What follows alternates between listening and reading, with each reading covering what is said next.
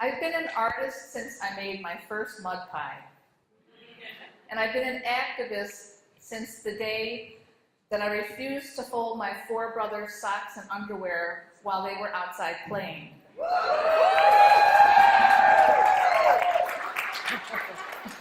I've always incorporated creativity and art making into my activism, but it's really only been recently that I've come to the insight that my art itself is my activism. Art has the potential to become activism. Intentionally making art in any form which seeks to expand the collective consciousness is subversive. Viewers might not like my paintings, but they can't be argued with the way someone can refute a political or a theological position. Like many of you in this room, I've carried my share of placards and have written thousands of letters to my local press. And this is what I call literal activism, and it certainly is important and it has its place. But in my own evolution, I've come to experience that that kind of activism can devolve into polarization, anger, argument, without any hope of resolution. And it seems like we're attacking the symptoms and not the disease. And it's clear to me that what we need to do is root out the dead trees instead of just pruning the branches. What's called for at this time of planetary crisis is an entirely new lexicon and revitalized and reinvigorated symbols that have the power to move the story of humanity forward. The slides I'm going to be showing you are a visual autobiography of my art and activism over the past 25 years. I've listed the projects that I've worked on because the slides, as I go along, I'm not going to be identifying them. Some of the projects were a thing I called the Welcome Table, which was inspired by Judy Chicago's dinner party. Pallets for Peace, which is a project I did during the Afghan war. Over 200 people made decorated pallets, which were sent to President Obama on the 5th anniversary of the war. Never heard back. I've been involved with 3 art shows in my community protesting the drilling of the Marcellus Shale, which is happening in my own backyard. I've also included slides of me and my friends acting uppity in some of the women's groups I've been involved with.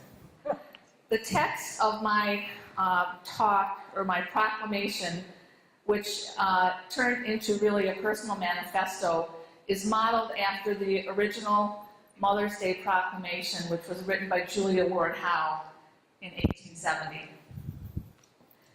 At the conclusion, I'll ask all to join in with a song.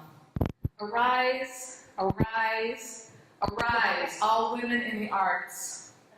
Whether your medium be paint, or clay, or metaphor, or instrument, or dance. Say firmly, we will no longer have the world described, defined, and ordered for us by the tired, old, dysfunctional values of patriarchy.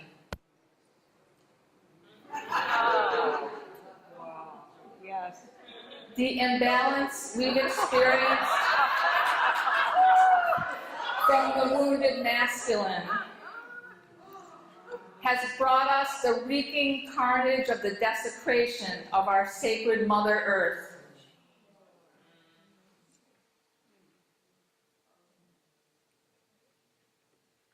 Do not come to us seeking acquiescence and applause. Our children and our children's children, to the 7th generation, shall not have their future stolen from them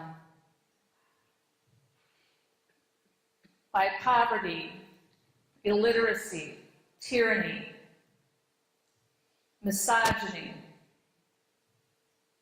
or climate change denial, engendered by plutocracy and cancerous corporate greed.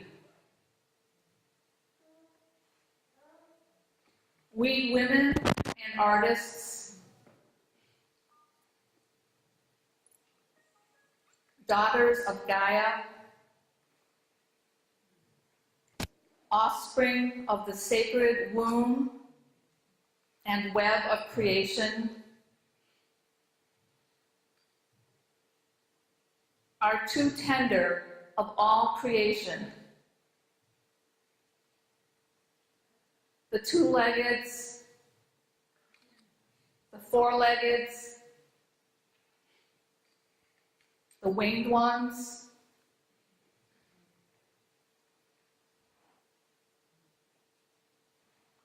the crawling ones, the stone people, the tree people, to allow the demonic destruction of our planetary home to continue.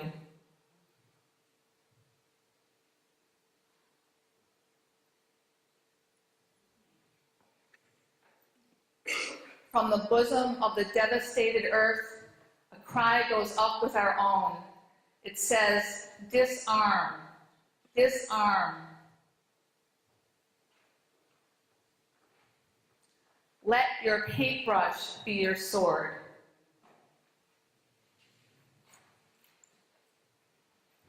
Create images depicting the essential emerging story of egalitarianism, cooperation, and sustainable living. Compose songs that dethrone the battle cries of war.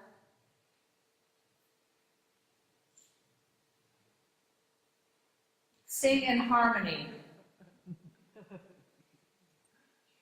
transposing love of power into power for love.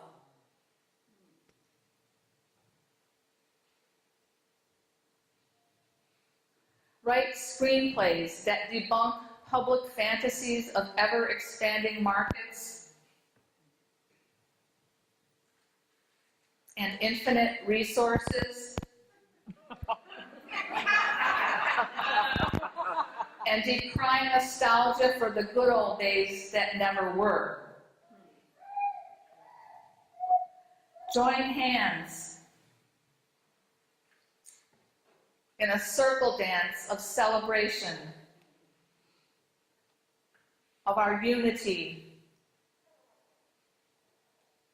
amidst astonishing diversity.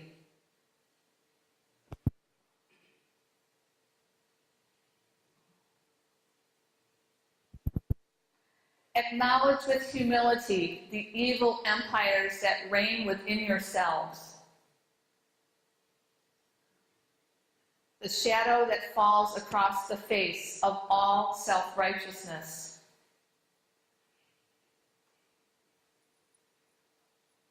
Forsake all polarizing linear arguments.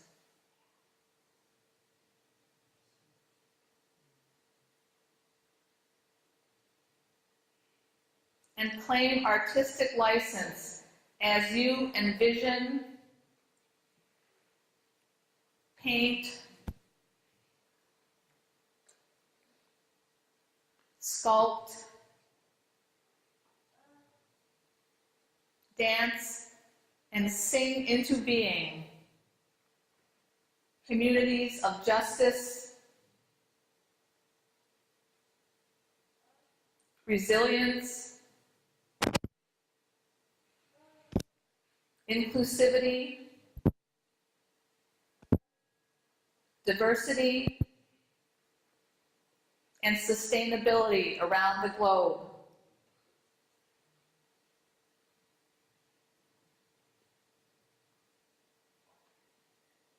Have courageous hearts as you stand before the white canvas, sit before the blank page, greet the silent audience, trusting that your own voice bears the sacred impress of the divine.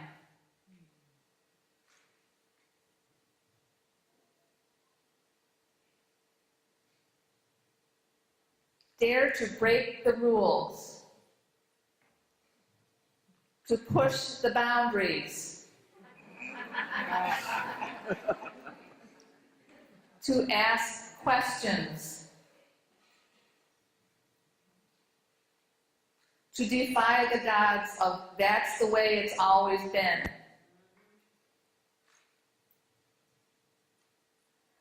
Do not bewail or commemorate what you must leave behind, but face down your discomfort and anxiety.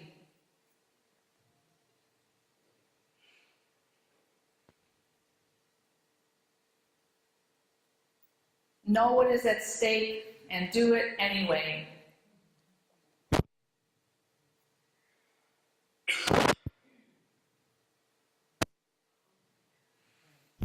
Would be me. Oh my God.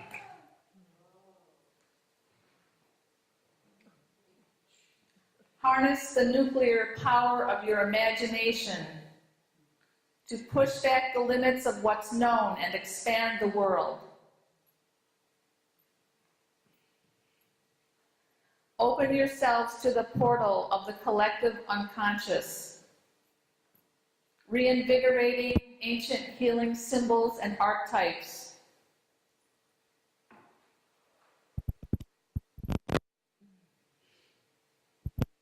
As you midwife the new creation story of a transformed humanity into being. Be artists of change, artists of life and agents of change. Let your art making be a healing balm for all who have been dispossessed of their imaginations, and for our dying Mother Earth.